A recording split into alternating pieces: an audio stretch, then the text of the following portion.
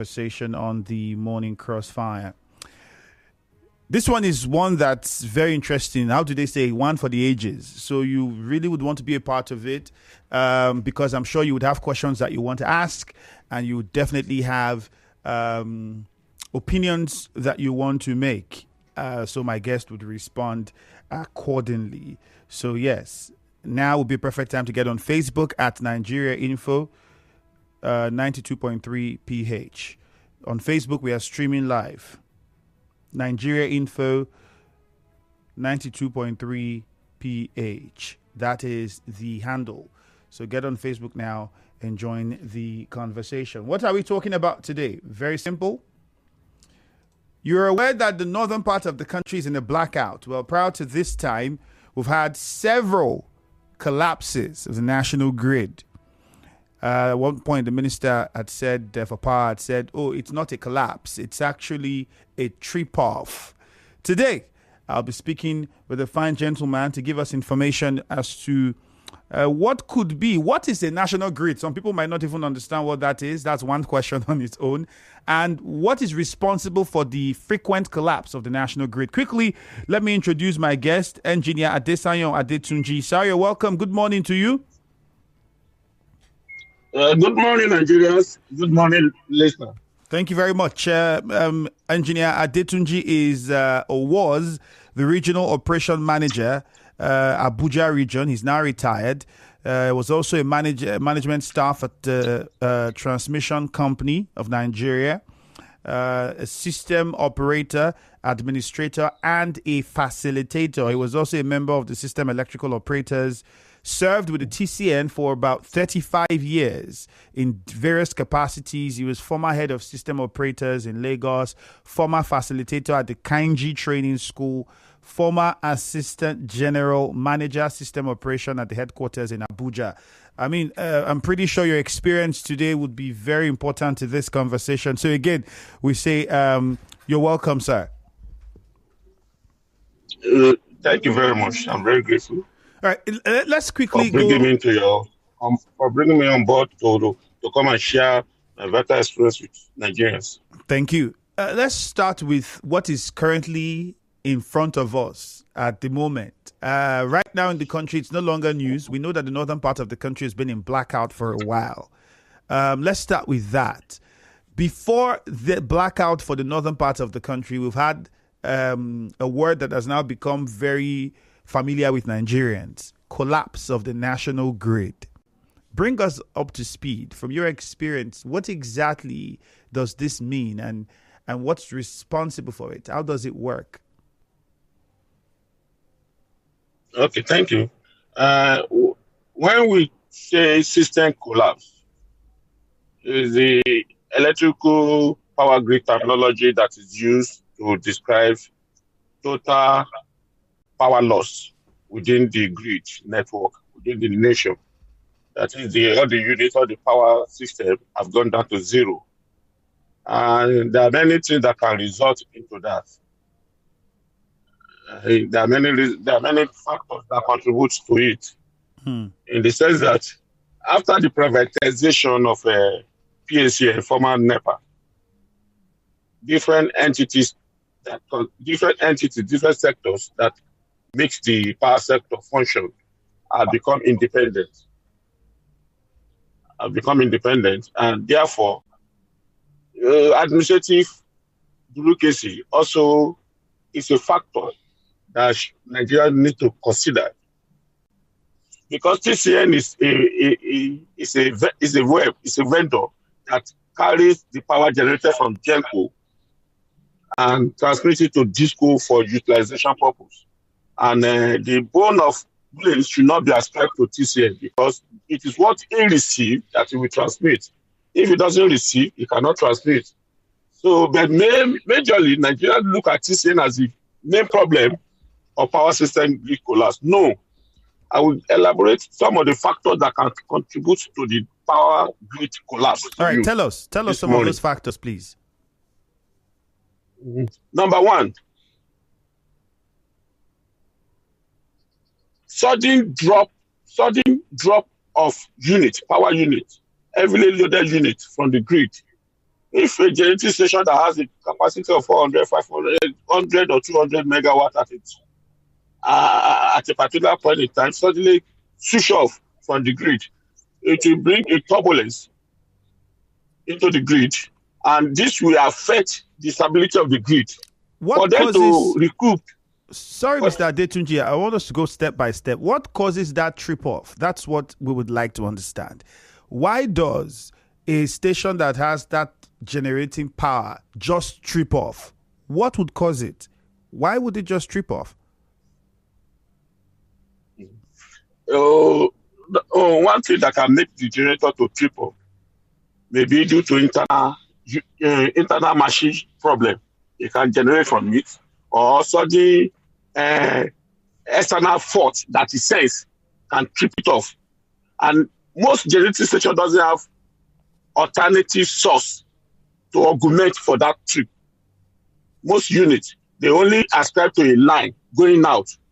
And maybe there is alternative like a automatic changeover switch, as it applies in our respective homes. If this one goes, this one quickly take over. And maybe it's attached to each of the lines that emanate from a power station out to the grid. That one can be resolved instantly. See, in the past, during the NEPA era, we have not expanded. The grid have not been so large as this volume is. Then SCADA was not in operation. SCADA is a tool that is used to monitor the power grid automatically. You can use it to enhance the performance of the grid. That one has not been enforced, but we are managing the grid. The number of system collapses are not much like this, but because of the large volume of power stations that are now, the network has now been expanded greatly due to vast land of Nigeria. So that system cannot work again. We now go into technology to introduce SCADA. SCADA has not come into existence fully because SCADA need to work in every arms of the sector. They cannot be ascribing SCADA only to transmission. No, everybody has to utilize the SCADA automation system to operate. But transmission have done a lot to make that thing functional. Now, if there's no spinning reserve, in the past we do have spinning reserve. Spinning reserve is a reserve that you ascribe down in case sudden drop of power unit goes out. That one will compensate. And if there's a sudden load increase, you have to go to your spinning reserve and compensate. These things are not in place. Now we don't have spinning reserves. All right, quickly. And government control of Go on, Mr. Go on. Government control is another tool that is used to address sudden drop or increase in the load in the grid. But some power station doesn't have functional government control. That one also contribute to it.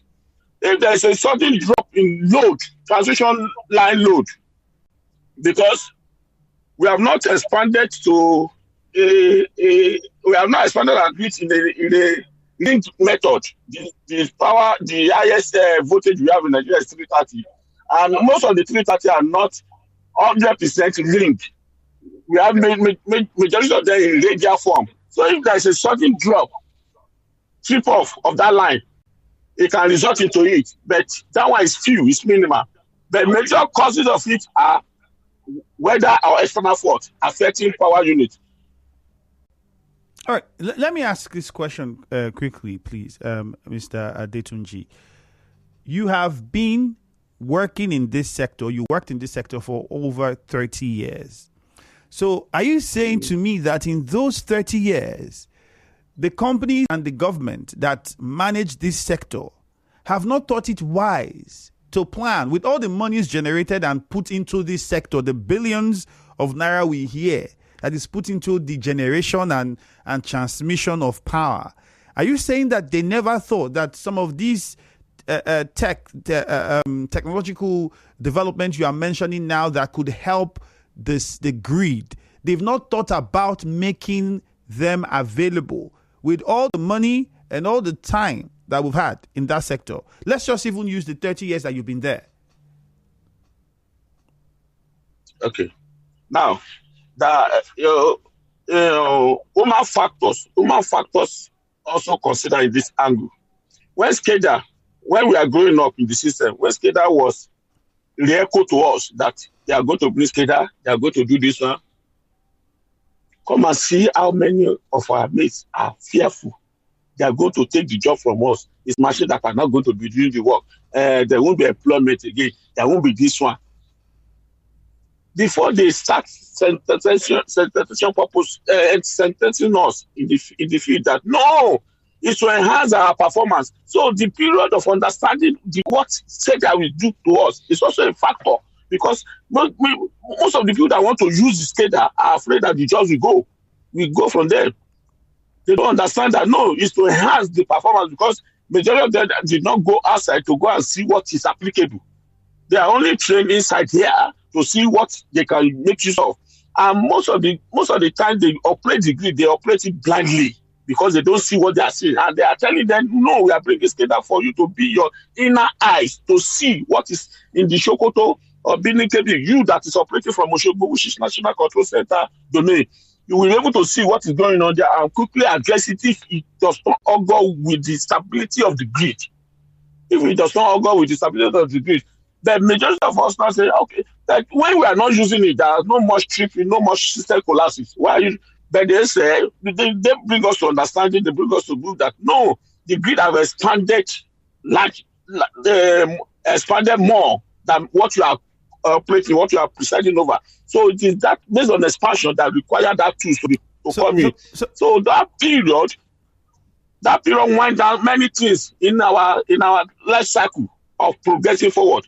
How can we be revolving around 5,000, 4,000 megawatts for the past 40 years? It's unacceptable because the transition power systems, transition sector, TV sector, generation, transition, and disco. Transition expanded its loading capacity to 8,000 megawatts. But we are operating 4,000, 5,000 for the past 40 years. What happened? But that's not what the Gencos say.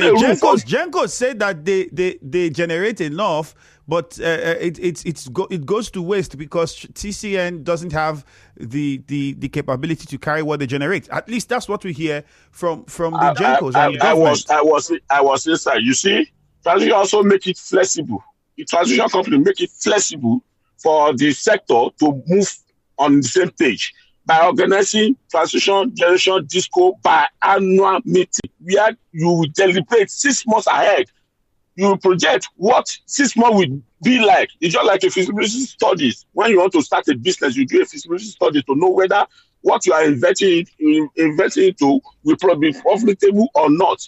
So all those ones, they are biannual. Twice in a year, they roll it. I have attended several of such. I found out that Genco happened to be the leading problem we have because they always complain they have gas. Mr. They don't have gas. Hold your thought, Mr. Adetunji. We'll be back.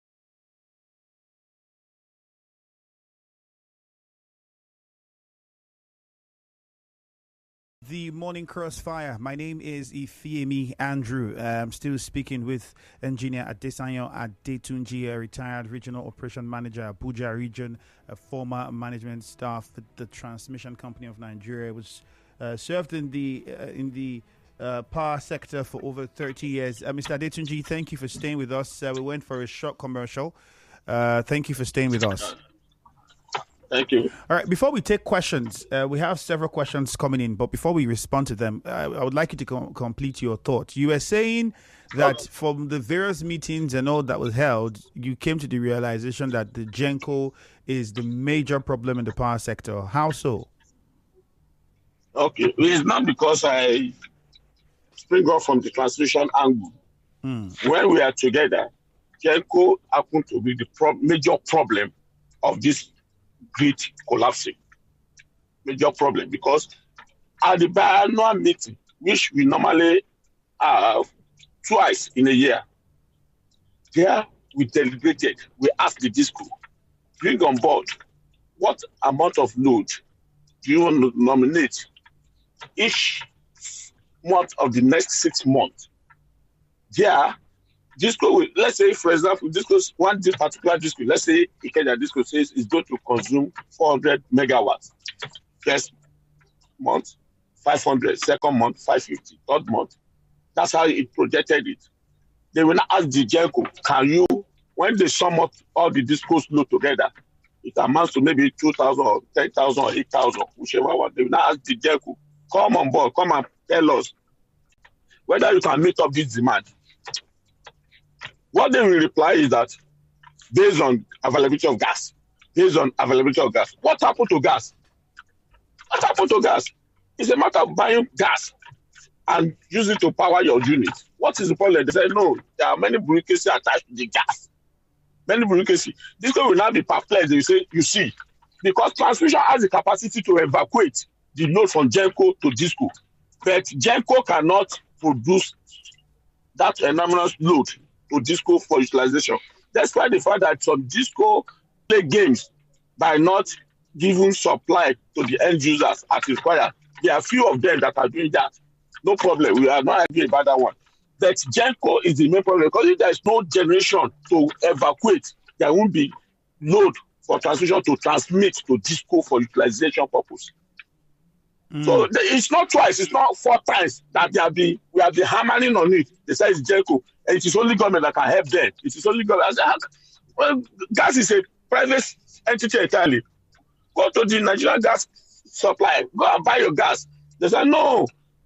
They now, some of the things that they said, we can't be saying it on this live program now because it will bring many problem into the organization again, because gas is the main factor that contributes to the epilepsy of this. Although we have some hydro stations, now we have about 6 hydro stations now. Before we are using 3. When we are using those 3, we did not bid on those 3 units because of long aging equipment that we have there. Even I blame our government. When they did Kanji, they left unit 1 to 4 unmounted. I keep on wondering, why did you leave 1 to 4? You now start unit from 5 to 12. For what purpose? Up till I left service, they did not build that, they did not bring any unit to it because economy has become bad to the extent that they can't go to purchase and do it now. Let me ask you, in the time that you have been there, what's the most amount of megawatts that's been generated for given to the TCN by the GENCOs? 5,740. In that 30 years time period, that's the most. That's the most, 5,740. And that was not even consistent, was it? It's not consistent. It's not. All right, I want to take a few messages. 5,740.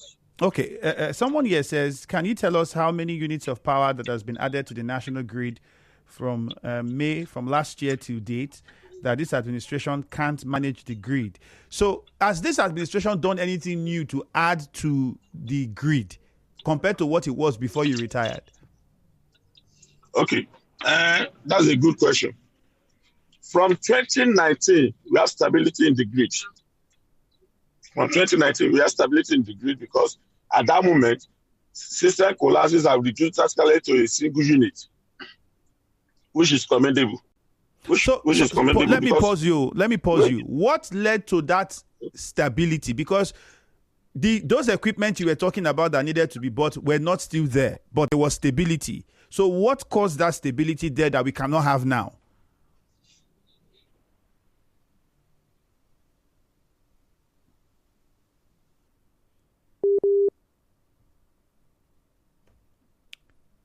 Mr. Adetunji, if you can hear me. Managing the grid, they gave them standing instruction. Can you come again? We didn't get you, please. Conditions to met. Please adhere to this. I said certain conditions were given. They put some certain people who are professionals in a strategic position to make sure they adhere to this instruction because we don't have much on at our hands to manage the national grid, but we should use our intelligence to be able to achieve the goal the way it was done during the olden days. So those are the era when professionals are managing the strategic position of the organization. Who are managing it now? We don't want all this. Who are the people managing it now? Just professionals. You see, in engineering, we have different arms of specializations in engineering. So if you call yourself an engineer, then you are not a specialist. It's just like a medical line.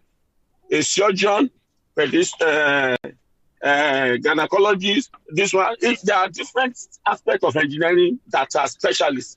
So if you don't put a specialist in the ends of affair of one particular session, it will affect the other parts. So in other words, that's why I say administration is also a bold factor because if you don't put a good specialist in a strategic position, it will affect the chain. It will become a chain reaction. Okay. It will cascade. So between 2019 was when we had stability, and now you do not think that enough is being done to get us back to that stability we had in 2019? Yes. You see, even prior to that 2019, we practicalized what we call splitting of grid. When it became enormous, that the collapse, because prior to 2019, the collapse persisted continuously. And we have 20-something collapses, 18 collapse, 15 collapse. This is too much for industry to bear. So we said, let us split the grid into two, so that the whole nation will not go in blackout. Can you rule out sabotage? Is it possible? Because that's something that's also been pointed out, that there are people who sabotage the system, perhaps for political reasons. I will not key into that idea. I will not buy into it in the sense that the politicians cannot have access to civil servants who are working in the industry, because it's not one person to be running. We run a sheet program in the industry. So if you want to buy one person, you can't buy the second person. It's not acceptable. But elements of security challenges can contribute to system collapses, because if people that are fighting government, politicians, they will continue to go and destabilize the towers. They will continue to go and make sure that generation will not be able to evacuate the little load they still have. How would that happen? Transmission. How would that happen? If anybody wants to accomplish what would they do? This is how it will happen. When this Northeast you started with this program, you said in the north, power blackout in the north. Yeah, they don't have supply. Up to this moment, they don't have. What caused it? This how it started. They have a channel that takes load from Shiroro to the north, and it was tampered with by the perpetrators of these evildoers. They went there to vandalize it, so that they don't have any objective of vandalizing it, but to just make a destruction to the peaceful running of the electricity in this country. That is their target. So they've analyzed it. So the alternative source, which government provided, they also make sure that it's affected. So in the two areas that were affected, we have security challenges. It is only government that can override that security challenges by making sure that, because electricity, I don't have money to go and rent or recruit security people to come and man the area for the workmen to work. The workforce, the workmen who will go there to go and do the repair, they don't have security backup to protect them. So how would they put their heads there? You want them to die? They will not. So the little they can do, they will do. Once governments have this kind of enormous challenge in their hand, they should be able to rally around security and should be able to rally around electricity sector. Okay, let me provide you security at free. Put a lot of security there. Go and do the repair. I want to see who is coming to challenge you. It's just like, can the external forces go to Aso Rock and be challenging them there? No. Do the same thing for the citizens now. What about those that say beyond security, some of the equipment and materials and cables and things that we use are all outdated and old? Those are same. You see, it's just like in our house. If I don't have sardine, cheese, butter to eat, at least I will have garri, cocoyam to eat. I will still be eating. I will still be living. That's it. There are few to these challenges we are talking about. Okay. Like security, the moment you repair it, they will go back there again. They will go back. All right. Let's take. How many times, if you're a businessman, how many times will you be spending your money in repairing one particular point at all the time? All right. Let's take a few calls. I'm sure the listener, they have several questions to ask. 0817-923-0002. You can also call us on 0817-923-0007. We are streaming live on Facebook. For those of us who are watching on Facebook, also drop your comments. Godwin says, good morning to you and your guests. Concerning this matter, at least to a minimum, there's been improvement in power situation in parts of Rivers State than before. But this national grid always collapsing is an issue. Drastic actions must be taken. Ogo General Justice says, let him tell us why this administration can't manage a national grid that is collapsing 4 times in a month, whereas it wasn't so with the past administration. I think he already responded to this question in the course of our conversation. This person says he's watching in Port Harcourt. Okay, so let us know what your thoughts are on Facebook. 0817-923-0007. Good news from our 3. Good morning. Quickly, straight to your question. Good morning. Good morning. Good news. Quick one. I want to make some inquiries on some questions. In the super grid, you just talked about the medical. I don't know how far. Is it not possible that it would be better if they decentralize the super grid so that it will not be that when one super grid is affected and the whole nation will be plunged into darkness? That is one question. Number 2, and you talked about administration. I agree somewhat with you because you talked about after repairing, to go back and vandalize. Now, I believe that, I will level at the question or discussion that, don't you think that it's the government that is failing in their responsibility? Because if they put an infrastructure, who have intelligence of who goes to vandalize it, they don't arrest them, they don't prosecute them, and it makes others to do the same. Just take example, the second Niger bridge, for example, that the small government did. And people went there to steal them. How many persons have been arrested, and why would not do? So I think that I want to answer the issue of the national super grid. Okay. The aging of the equipment. All right, Mr. Adetunji, if you are listening, I would like, please, if you can note down the questions. I would also try to remind you and take notes here so that we take a few more calls before you respond. He's asking, decentralizing the grid, is that something that can work? We'll come to you to respond. Let's take a few more calls first. David is in Yenegua, and I'm pretty sure David would have a lot to say because in Bayelsa State, the power situation has been abysmal. David, good morning. Yes, greetings to you, Mr. Semi Andrew. My name is David West. All right, good morning, David. Go on, please. As a matter of fact, since from the month of July, I think towards the ending of June to July, till as I speak with you today, the entire state of Bayelsa, the entire Bayelsa state has been on blackout, total blackout. What I'm telling you is not a situation of a community or a street or a road per se, but the entire Bayelsa State that is connected to the national grid for 90 days plus, thereabout, is in total darkness as a result of vandalization of TCN transmission tower by vandals. And you see one thing, most of these towers, as at when they were erected, they were far away from communities or residents or people. But as we speak, development are taking people closer to the towers too. So TCN and the federal government should also take note and begin to see what they can do about it. And also, like your guest was saying, when they repair, vandals will still go back. Is there no way that TCN or the power, whatever, can put a monitoring system on the transmission tower that when you get close to it, just the same way Shell will do to their wellhead, when you get close to it, they get signals from wherever their headquarters to know that somebody is trying to tamper with the towers or the line. All These right. are things they should be thinking towards and how to provide maximum securities for these critical facilities. All right, then we David. as citizens too, we have our own responsibility.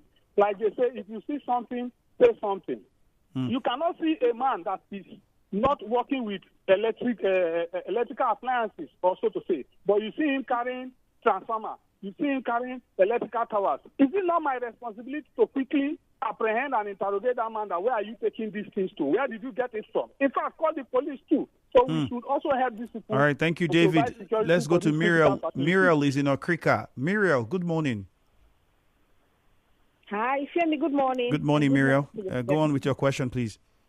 Femi, I learned that Nigeria is have enough power to the point that we even supply to neighboring states and countries, sorry.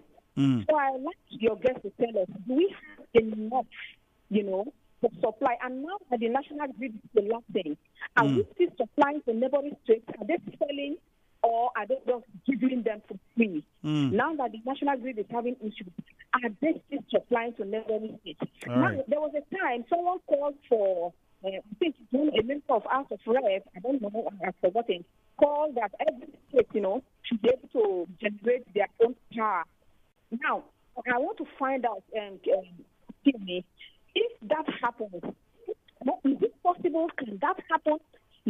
And if it happens, is it possible that we in the Niger Delta area, will have more, and the northern part of the country will be having less? And is that the reason why people are resisting this call? And I want to find out, Jamie, is it possible that this sabotage, happening to this national grid, is it pipeline vandalization? Is it part of the problem? Or the problem is from the north, all the terrorist attacks, is it part of the issue? All right. So please let your guest. All right, thank you, Muriel. Let's hear Chima quickly, and then my guest will respond. Chima and Rumokuta, good morning. All right, thank you very much, Ifemi. I listened to your guest and I greet him. I heard all the statistics. This is what we're talking about in Nigeria. These are our leaders. You understand? When they finish serving, that is when they will now come to begin to tell you solutions. Now you asked him a question, he said about sabotage. He immediately denied himself from that. Which me and you, we know what's happening in this country. He knows it. And he won't want to tell you that this is this or this is that. Now somebody that works in a system and he has served in that system for 30 years, you ask him a question, he said, how come you manage a system for 35 years and there was a stability? And now you just left, I think it started getting derailed. You understand? He couldn't answer you that question too. Now I want to tell you something. These people fraud a system 10 years ahead. They will fraud a system 20 years, not like what the former CBN governor is doing now. What is it said that is in custody? These people will fraud a system 20 years ahead while they are there. And they will not keep the machine to be working like a robot. So what am I saying in essence is that they are telling him that whoever it is that he is one of the cause of this system that we are having now. This because he left a faith system that let him be open to you and to Nigerians. And let him tell Nigeria how to solve this problem once and for all. All right. Thank you. Chima, thank you. My guest will respond now. This one says they always sound like this whenever they are no more in service. Uche in Port Harcourt. So, Mr. Adetunji, you heard some of the callers and some of the messages. I mean, the one I just read now said, well, you're no longer in service. That now you're being very vocal. While you were in service, what did you do? So let's start with one thing Muriel said. We are aware that we I don't know if that still happens, but you can enlighten us. Do we still distribute supply power to neighboring countries? And if we do, when the national grid collapses, does it also affect those countries that we supply power to? Thank you very much. I had all the questions raised. Presently, even before I left, we are still distributing power to neighboring countries. Which of the countries? And one of the Benin. Okay. Benin. Togo Benin, we distribute through Sakate. We distribute to Niger. But presently, Niger cannot have because Northeast are out of supply. They are zero. So when the national grid, when the grid collapses, does it affect those countries we supply? It affects them. It affects them. All right. And what about decentralization? MTTCN have answered that question severally on many interview forums. The purpose why they go into partnership with neighboring countries and the benefits Nigeria will derive from it, he has answered those ones in the past. So I'm not in position to from your personal opinion. From your personal opinion, do you think we are since we are not generating enough to even take care of our own demand in the country, is it wise for us to we can't manage what we have, but then we're giving to people outside? In my own opinion, to be objective in this on this program, I would say we should have cut them off and still be revolving around ourselves and be maintaining the status quo the way we are in the past. But because ECOWAS and other things, they see beyond our nose. They see beyond our nose. There are many things that secure this nation. There are many things that secure this nation which we don't have access to. So maybe it's part of the things that make us to live happily with neighboring countries. Because like that of Niger, it was due to dam. They want to dam it. If they dam it, our power that we say we are generating will not be in that volume again. It has to come down. It will affect us. So it's part of give and take exercise. So what about those are the things that government will not come nose by nose or door by door to be explaining to you, but they know that this is the factor that they enter into that makes them to enter into those agreements. What about the decentralization? One of the callers said, "Will that work if we decentralize the grid?" I've answered that one. I've answered that one in the course of this program. I said there was a period prior to that 2019 when the grid collapses more than 10. They were having 22, 25, 18, 15. We decentralized the grid. So when it occurs, part of the nation will still be on supply. That's why we have partial collapse, full collapse. And that lady that called from Niger Delta demanding that the state they've given the power to this. Niger Delta happen to be a region that has more power stations than any other region. More power stations. But security challenges in those areas. The Bayelsa person said the vandalization. Even when I was in service, prior to the exit, my time of exit, there was a serious vandalization that took close to a month there. I said, how could this be possible? It was when I traveled down to those areas, I found out that these people cannot risk their life because it's not like in the West here. Yeah, you move from here to there, you have seen villages, you have seen people, life all over. But there you see bush. All right, and not only it's even worse. Mr. Adetunji, you have to hold on. Let's take another very short commercial. Stay with us, Nigeria.